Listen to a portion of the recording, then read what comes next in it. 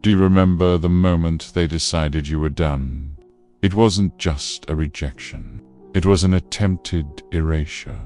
They didn't just want you to fail. They wanted you to cease to exist. They coordinated their attacks in the shadows, whispering lies to your allies, poisoning the well of your reputation, and slowly closing every door that was once open to you. Their goal was absolute silence. They wanted to bury your name under a mountain of dirt so deep that no one would ever find you again. They thought that if they ignored you hard enough, if they blocked you, if they excluded you from the table, you would simply wither away and die like a plant without sunlight. They treated you like a mistake that needed to be corrected, a stain that needed to be scrubbed clean. They celebrated your downfall. They toasted to your absence. They looked at the empty chair where you used to sit and felt a sense of relief, thinking they had finally solved the problem. But in their arrogance, they made a fatal, catastrophic miscalculation. They forgot the most fundamental law of nature. You cannot destroy energy. You can only transform it. They thought they were burying a corpse, but they didn't realize they were planting a seed. They thought they were digging a grave, but they were actually digging a trench for a soldier. They applied pressure to you, thinking it would crush your skull, but all they did was compress your carbon into a diamond. They didn't understand that by trying to erase you, they were giving you the greatest gift a man can receive, the gift of the underdog. They stripped you of the distractions. They stripped you of the fake friends. And they stripped you of the comfort that was making you soft. They forced you into the dark, not realizing that the dark is exactly where you needed to be to evolve. When they pushed you into the darkness, they expected you to panic. They expected you to bang on the doors, begging to be let back in. They expected you to scream for attention, but you didn't.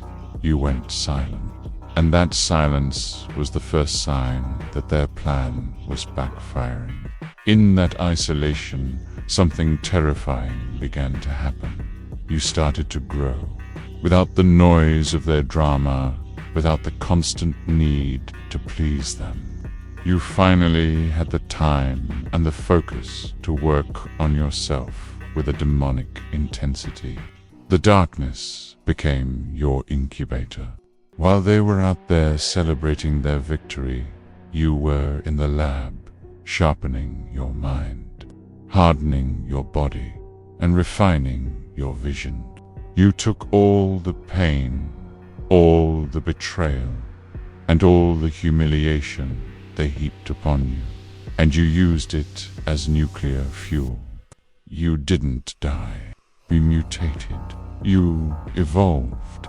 You began to realize that their validation was never the prize.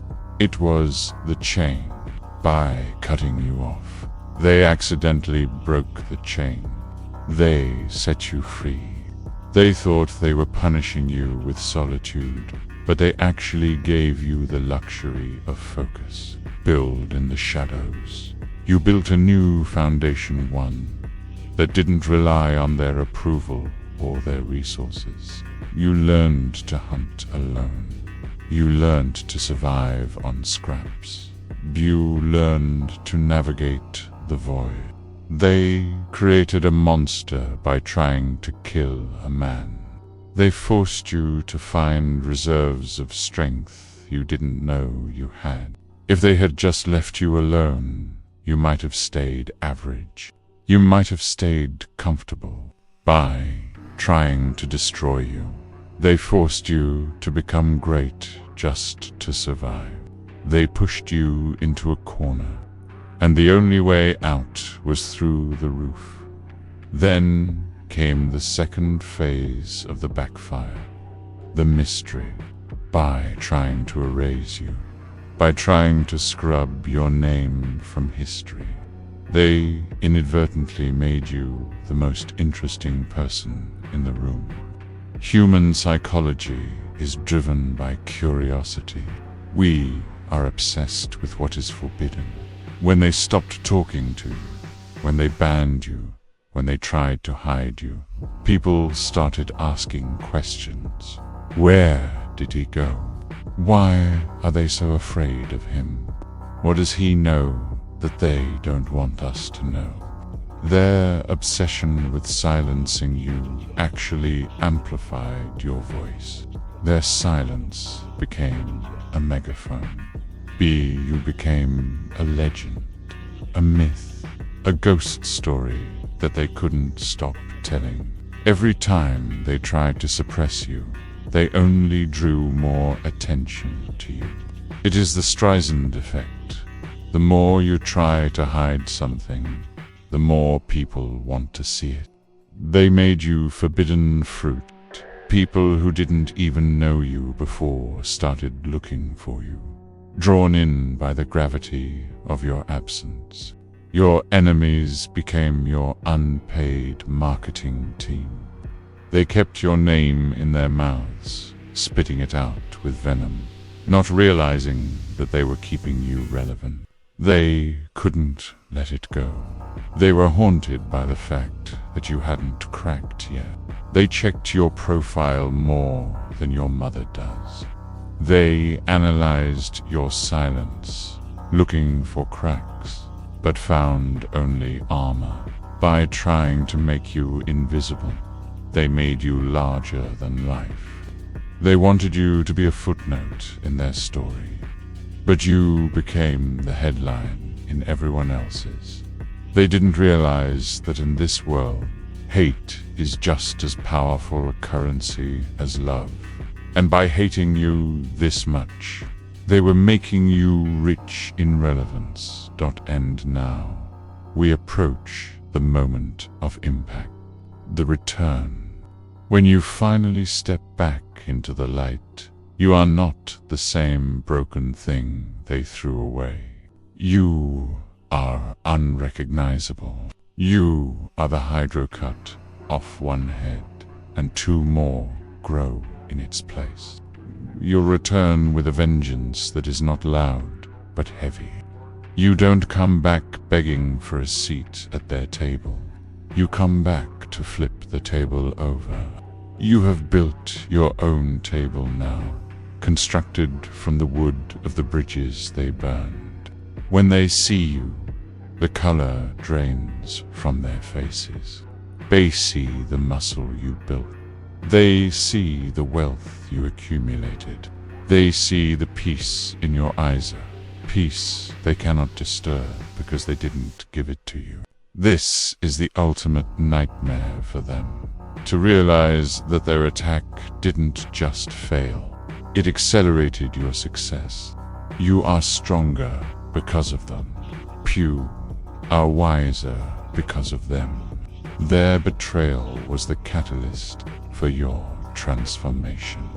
If they hadn't tried to erase you, you would still be the old you, soft, dependent, and weak. They look at you and realize they created their own destroyer. They handed you the sword, sharpened it on their own hate, and now they have to watch you wield it. You don't even have to attack them. Your existence is the attack. Your success is the revenge. Your happiness is the insult. Every time you smile, it feels like a slap in their face. Every time you win, it reminds them of their failure to stop you. You have proven that you are ungovernable, unkillable, and inevitable. In the end, the erasure is complete, but not in the way they planned. You didn't disappear, they did. By obsessing over you, they lost focus on their own lives. They rot in bitterness while you thrive in freedom. You have effectively erased them from your reality by outgrowing them. They are now just spectators in the arena where you are the champion.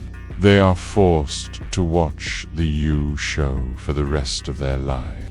They will tell stories about how they knew you back when, trying to claim some proximity to your glory, but everyone will know the truth.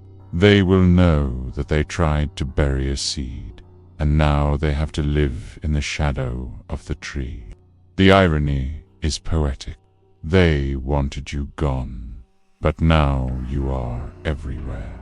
Few are in their thoughts when they wake up. You are in their conversations when they drink. You are the standard by which they measure their own failure. You live rent-free in the penthouse of their minds, while they don't even occupy a basement apartment in yours. This is the ultimate backfire. They tried to turn you into nothing, and in the process, they turned you into everything.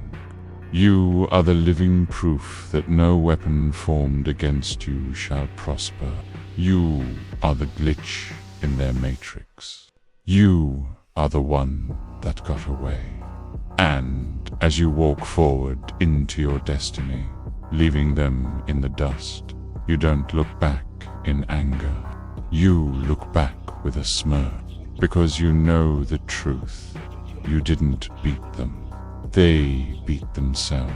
They tried to erase you, and they ended up highlighting you in permanent ink. We need to have a very uncomfortable conversation about the person you see in the mirror, because you are suffering from a disease that you have mistaken for a virtue. You believe that you are a good man because you are nice, agreeable, and conflict avoidant. But I am here to tell you that there is nothing virtuous about being harmless. You have castrated your own spirit in a desperate attempt to be liked by everyone. And in doing so, you have become something pathetic, a domesticated animal that has forgotten it used to have teeth. You walk through life apologizing for taking up space, shrinking yourself so that others feel bigger, and swallowing your anger until it turns into a bitter poison in your gut. You think your agreeableness is a sign of moral superiority, but in reality, it is nothing more than cowardice disguised as kindness. You are not nice because you choose to be. You are nice because you are terrified of what might happen if you stop smiling. You are terrified of rejection, terrified of confrontation, and terrified of your own shadow. You have repressed your natural aggression so deeply that you no longer even have access to it, and without that aggression, you have no energy to build, no capacity to defend, and no ability to conquer. You have become a ghost in your own life, haunting the sidelines, while other men who are not afraid to be disagreeable take the things you want. This harmlessness is not keeping you safe. It is slowly killing your soul, turning you into a resentful, passive-aggressive martyr who secretly hates the world because it refuses to reward your weakness. You need to understand that your niceness is a lie. It is a camouflage you wear to hide the fact that you feel powerless. Let's look at the brutal reality of how the world treats harmless men. You have been told a fairy tale that if you are just nice enough to people, they will be nice to you in return. But life is not a Disney movie. Life is a dominance hierarchy that runs on primal software. When you present yourself to the world as harmless, you are not signaling virtue. You are signaling that you are prey. You are broadcasting a frequency that attracts predators, manipulators, and tyrants who will see your lack of boundaries not as something to respect, but as an invitation to exploit you. They know you won't fight back. They know you will rationalize their disrespect just to keep the peace. They know they can take your time, your money, and your dignity, and you will thank them for it because you are desperate for their validation. Look at your life right now. Are you respected at work, or are you just used?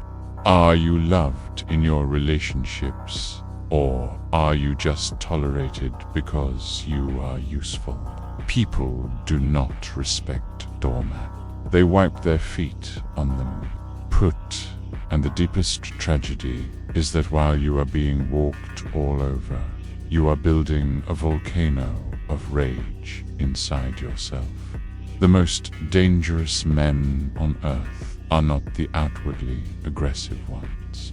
They are the harmless, nice guys who have suppressed their anger for 20 years, until one day they snap and burn everything down. You are sitting on a powder keg of your own repressed emotions because you refuse to acknowledge the simple truth that you need teeth to survive in this jungle. By being harmless, you are failing in your primary duty to yourself, self-preservation. If you want to escape the prison of harmlessness, you must do something terrified. You must wake the monster that lives in the basement of your psyche. Carl Jung called this the shadow. It is the part of you that you have denied, your aggression, your selfishness, your capacity for violence, your primal desires. Society told you these things were evil, so you locked them away. But by doing so, you locked away your power source. You cannot be a whole man until you integrate this darkness. You need to realize that aggression is not inherently bad. Regression is fuel. It is the energy required to set a boundary and mean it. It is the energy required to look another man in the eye and hold your ground. It is the drive that pushes you through a brutal workout or through the barriers of building a business. You must stop being afraid of your own capacity for destruction. In fact, you must develop it. You need to become dangerous, not so that you can hurt innocent people, but so that you are no longer helpless against those who would hurt you. A man who has no capacity for evil is not a good man. He is just impotent.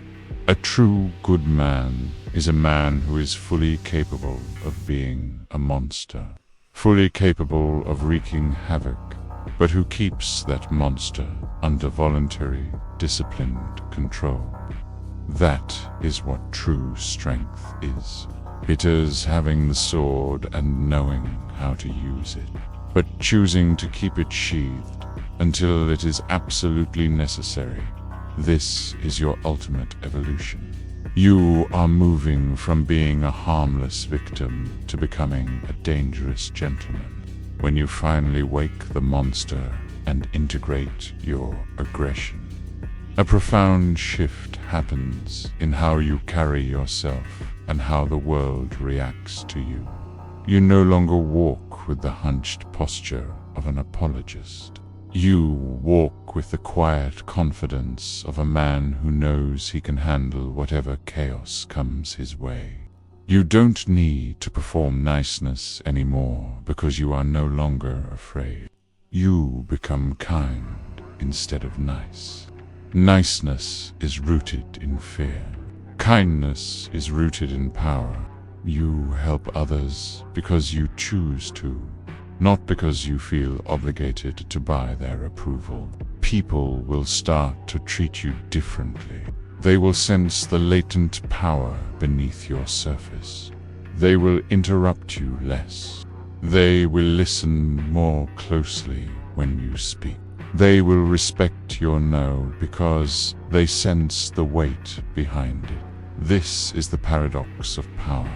The more dangerous you become, the less you actually have to use that danger. Your reputation as someone who is not to be trifled with becomes a shield that prevents conflict before it even starts. You have moved from being prey to being a protector, first of yourself and then of those around you. The goal is not to become a villain. The goal is to become a force of nature that cannot be easily destroyed. So stop hiding your teeth. Sharpen them, bet, and then choose to smile. Not because you have to, but because you are strong enough to be gentle. Stop looking around you. Stop looking at your competitors. Stop looking at the economy. And stop blaming the government or your circumstances. Because you are searching for the enemy in all the wrong places. You have convinced yourself that the world is against you, that life is unfair, and that the deck is stacked to ensure you fail. But you are wrong, because the world does not care enough about you to be against you. The world is completely indifferent to your existence. The real enemy, the only enemy that has ever truly defeated you, is the one staring back at you when you look in the mirror. There are two versions of you living inside that body, constantly fighting for control of the steering wheel. There is the you who wants to be great, the one who dreams of the empire, the physical strength, the financial freedom, and the legacy. And then there is the other you, the shadow, the parasite, the one who knows all your insecurities and uses them against you like a weapon. This shadow knows exactly what to whisper to make you hit the snooze button in the morning. It knows exactly which excuse will work to make you skip the gym. And it knows exactly how to justify your laziness by telling you that you worked hard today or you deserve a break. That voice inside your head is not your friend. It is a silent assassin that is slowly slitting the throat of your potential while you smile and sleep.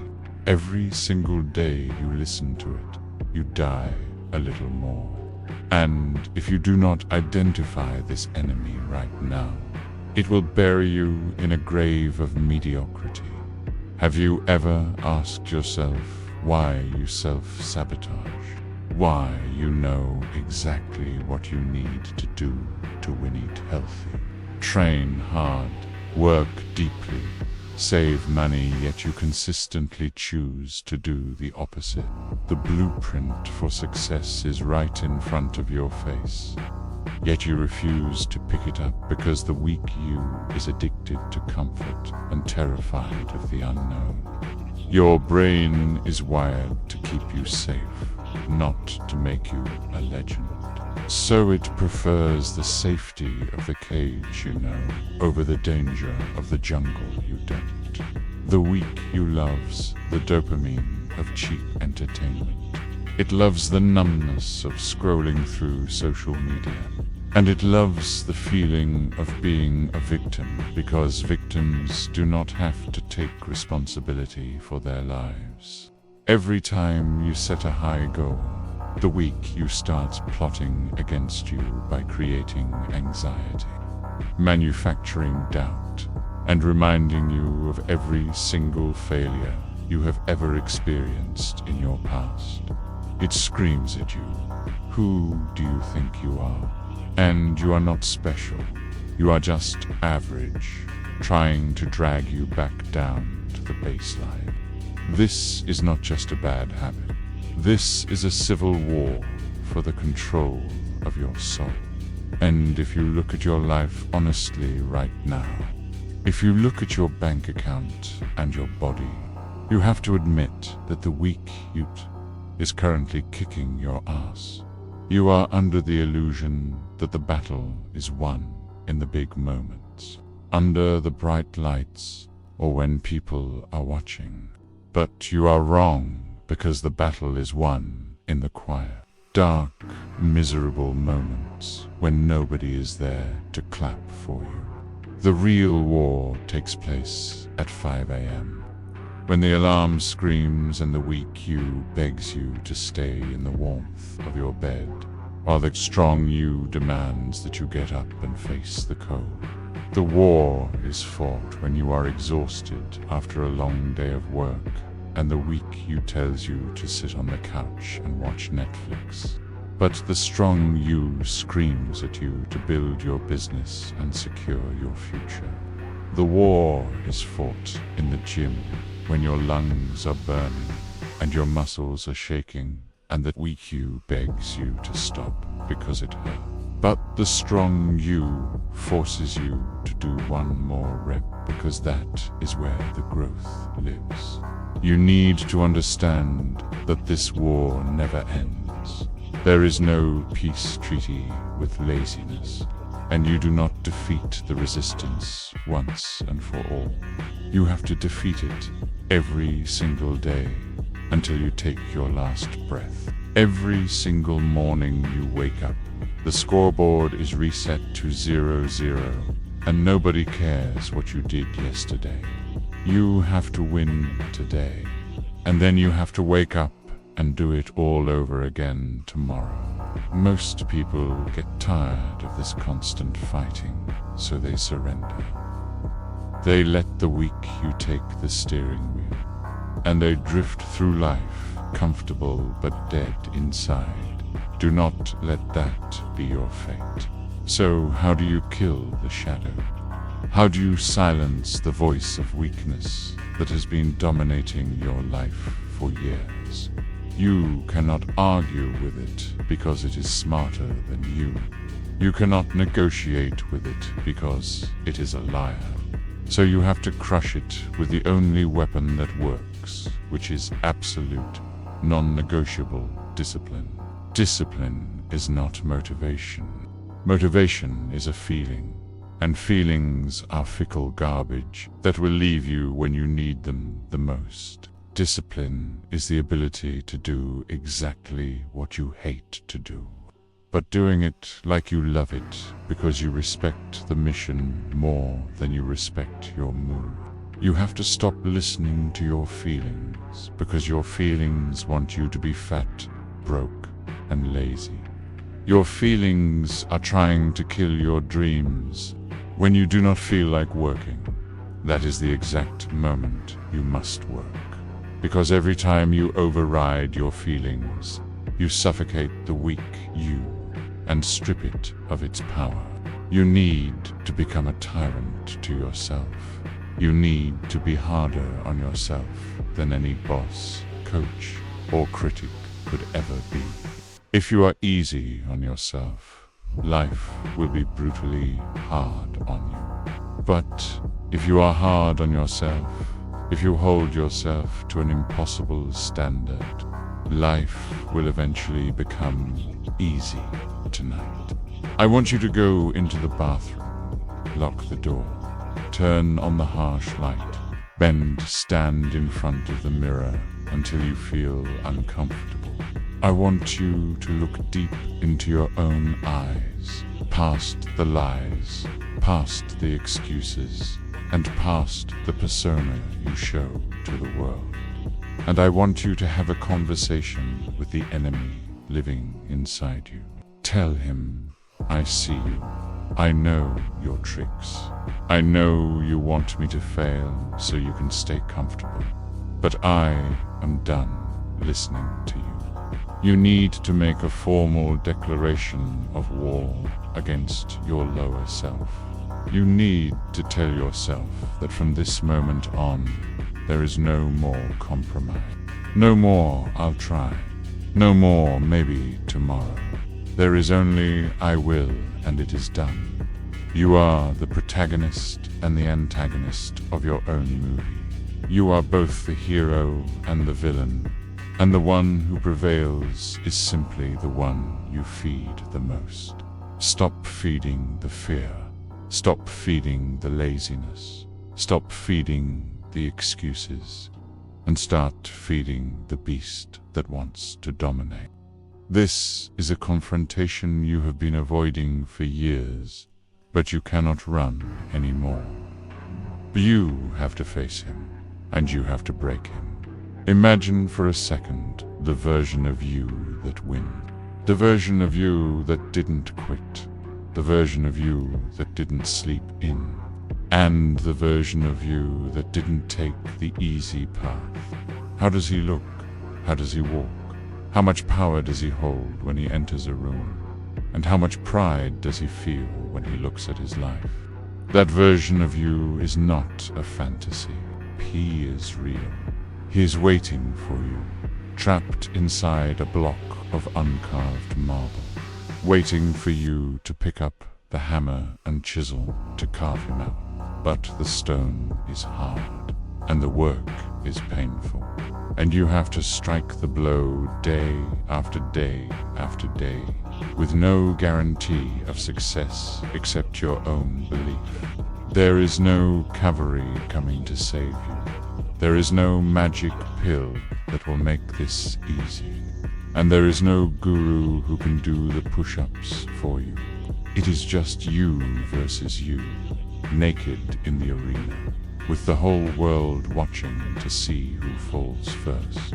The bell has rung, the fight has started, and there is nowhere left to hide. So clench your fists, grit your teeth, and knock that weak son of a bitch out cold. Now go to work.